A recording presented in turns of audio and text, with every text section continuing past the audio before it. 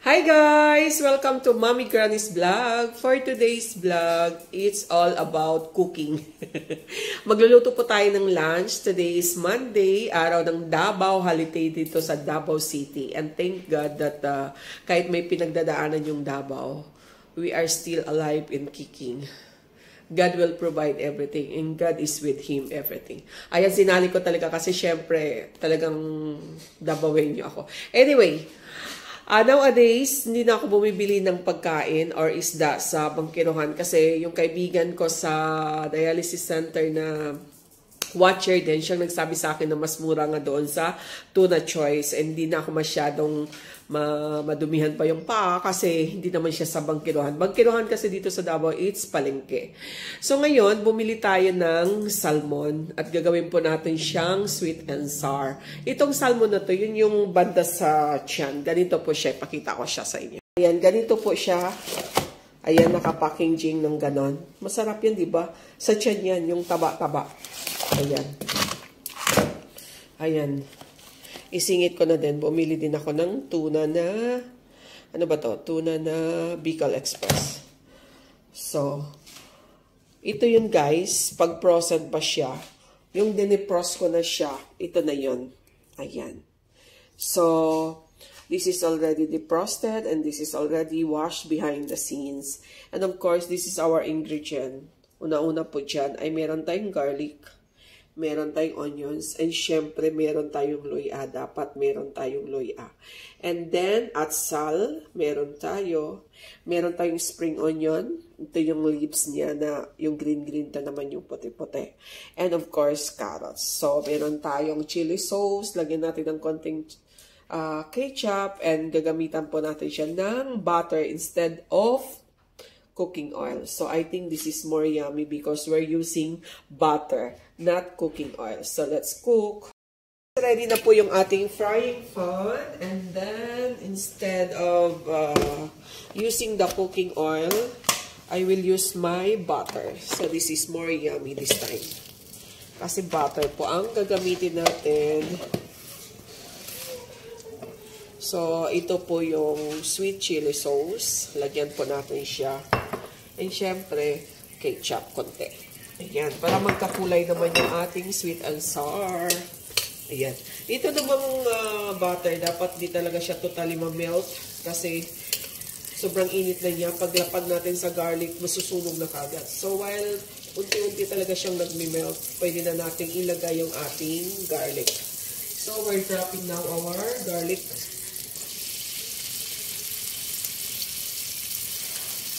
So, nagkukok na tayo ng garlic at the same time, yung ating butter is nagme-melt na.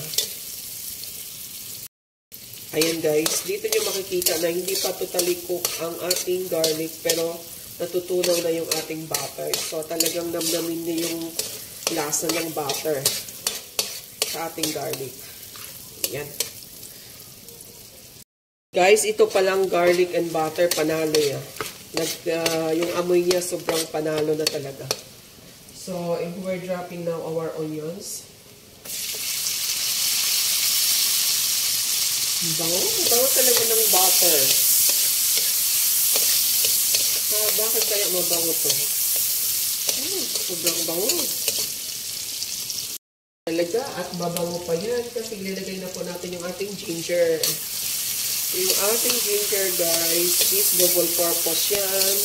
Pangpaamoy din, of course, pangpaalis ng lansa ng ating fish. Ayan. Ang bango na, guys. Ito pa lang. Bango na. What more kaya kung may kamatis ako? Kasi last time talaga, nagpalengke ako. Nakalimutan ko yung kamatis ko. Nabayaran na siya. So, swerte yung may-ari kasi hindi ko nadala. Nabayaran na siya. Diba? Yung spring onion natin, na puti ang kulay. Kasi yung green, mamaya pa yun. Guys, ang bango. Ito pa lang ang bango na. Ilagay ko na rin yung aking atsal. Ayan. Bango guys. Ito pa lang ha. Ang bango na. Now, it's time to drop our salmon. Sarap nito guys kasi lahat itong mataba. Ayan. Lahat yan, taba, yung parte sa tiyanis. Parte sa tiyanis yan.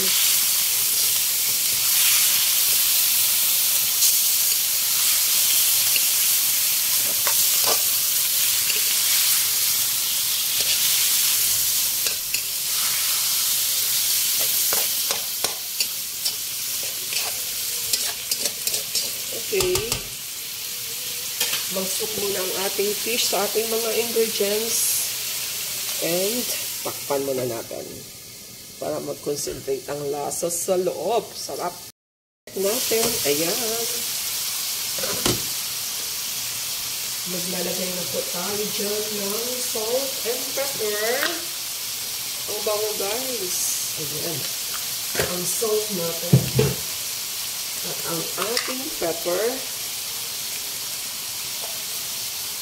Ayan. Siyempre, ang pangkalasa ni Mami G lagi ay ang chili flakes. Ayan. Okay, saute natin, guys. Ang bango, guys. Ito pa lang ang bango na.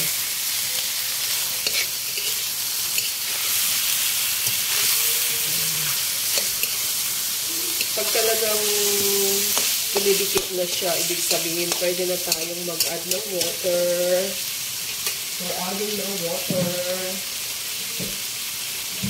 Pero konti lang kasi gusto kong maluto yung salmon sa medyo tuyo-tuyo. Ayoko yung tubig-tubig.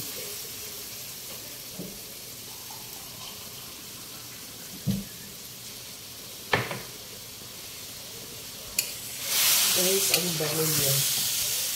I-concentrate natin tong isda muna talaga sa mga lamas dyan. Okay. Pan muna natin yan. Silipin natin. Wow! Wow! Kumukulo na siya. Ayan, ang bango. Ang bango talaga, guys. Ayan.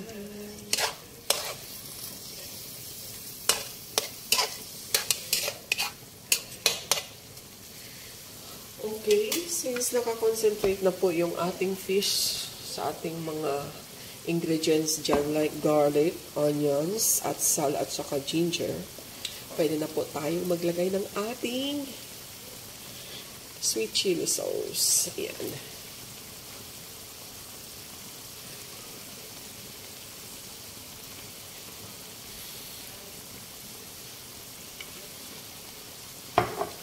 Siyempre, para magkakulay pa, dagdag tayo ng kunti lang naman sa ketchup. Wala na pala akong ketchup. Paubos na. Paubos na siya, guys. Masarap to pag may kamatis. Kaso, nakalimutan talaga yung kamatis. Sayang. Almost 1 kilo pa naman yun. Siyempre, guys, lagay na rin natin yung ating carrots. Ang last portion natin ilagay mamaya ay yung spring onion. Oh, sarap.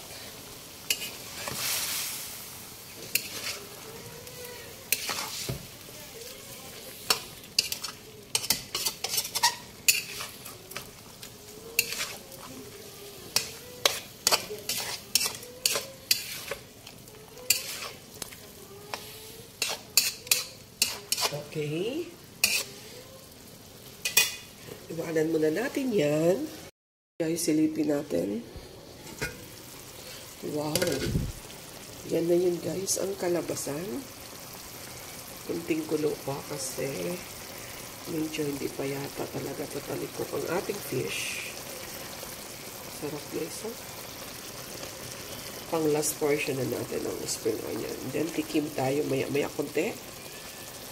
Para finished product na. Ayan, guys, kumukulo na ng sobra.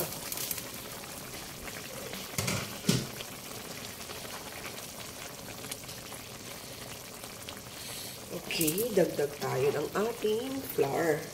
Flour na white water.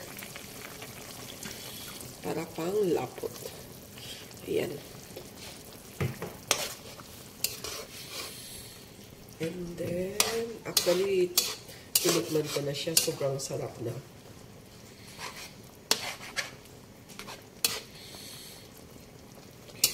Kunting lapot na lang. Kunting kulo na lang. Then, it's finished. This is last sili. Ayan. Tingnan natin yung sauce. Ayan. Ayaw kasi walang sabaw, guys. Kasi masarap ang sabaw dito eh. So, ayan ang sauce. Tamang-tama. Hindi siya sticky. Hindi siya watery. Kasi ayaw ko yung maraming harina. So, this is it. Pansit. Natikman na din natin. Batikin tayo ulit kasi sobrang yummy talaga. Tara. Okay. Drop na po natin yung ating spring onion.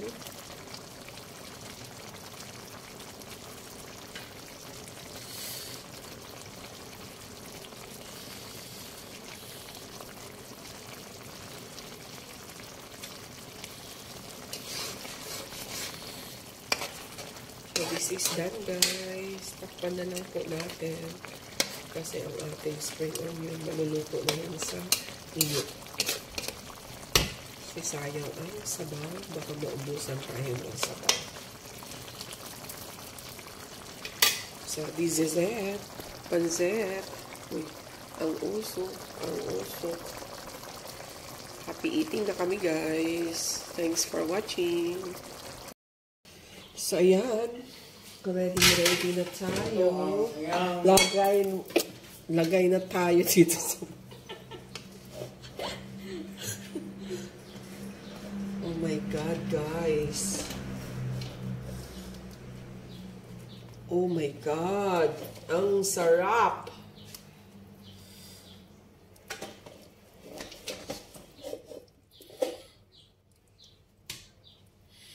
Oh, come on.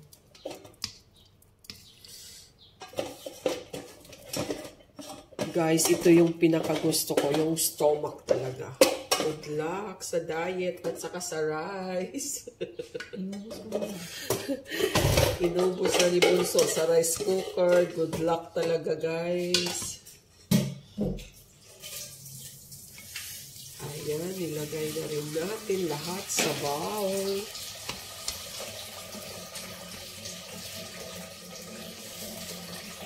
So, this is it. Let's eat.